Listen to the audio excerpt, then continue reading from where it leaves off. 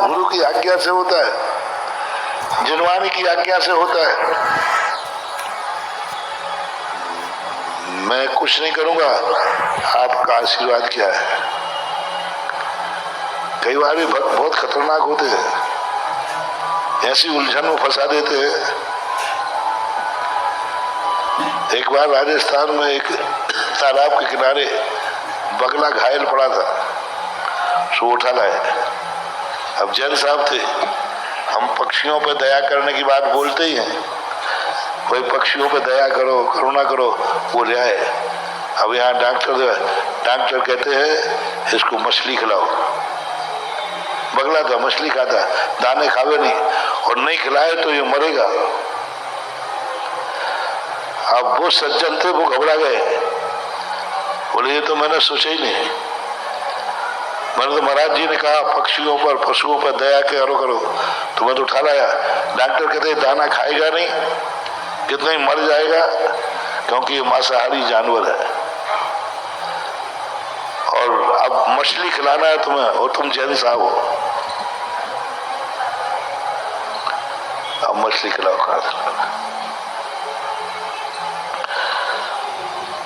अब दौड़े दौड़े मेरे पास आ गए।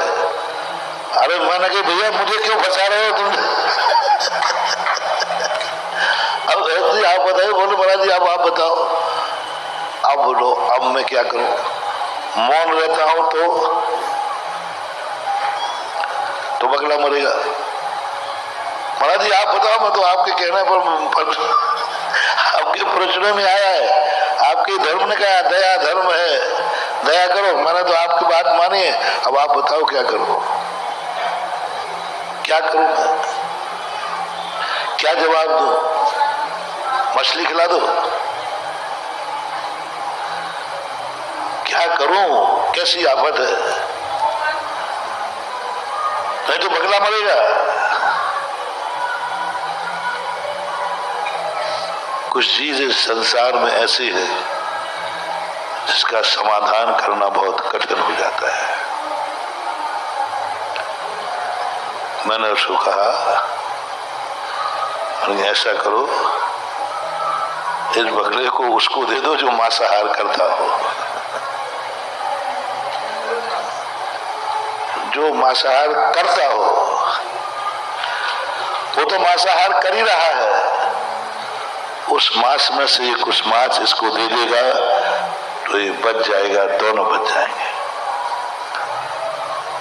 मांसाहार जो करता है, कराना नहीं, मांसाहार जो कर ही रहा है, तुम कराओ या न कराओ, वो उसको संरक्षण कर सकता है। तो जिंदगी में ऐसी चीजों के लिए, लेकिन आपको ये कितनी हिंसाएं आपको माफ कर दें,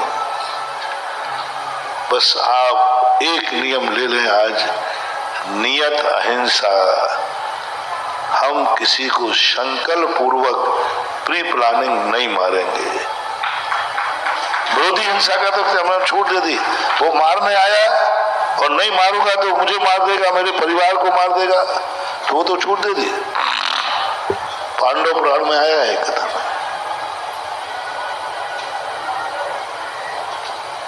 कुंती सहित नदी को कोई पार कर रहे थे, वहां एक व्यंतरणी ने उस नाव को पकड़ लिया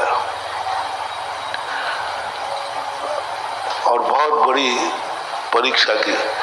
बोले तुम परिवार में से सारे मरोगे, नहीं तो एक की बलि दो, एक मरो।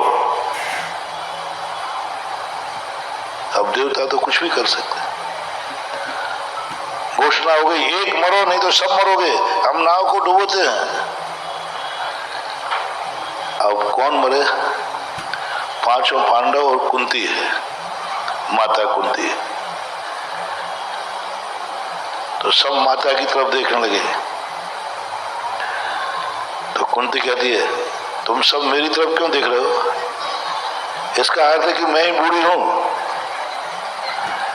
मैं बूढ़ी हूं, मैं कूद जाऊं। तो धर्मराज कहते हैं नहीं, बेटे के रहते ही मां को मरना पड़े, ये संभव नहीं है। मैं नहीं कूदने दूंगी। धर्मराज ने कहा मैं कूदता हूं। तो माता ने कहा तू ही तो धर्मराज है, इन सबका नेता है, तुझे नहीं। अर्जुन की बात आई, सब कांप गए। नकुल सहदेव की बात आई, सब कांप गए।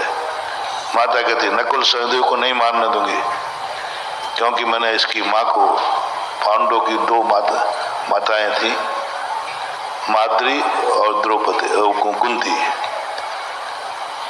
माद्री और कुंती दो थी। माद्री के थे नकुल और सहदेव, कुंती के थे युधिष्ठिर, भीम और अर्जुन।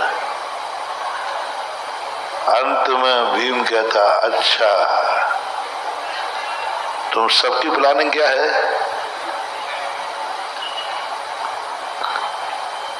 और जैसे भीम का नाम आया कोई नहीं बोला, सबके पक्ष में बोला।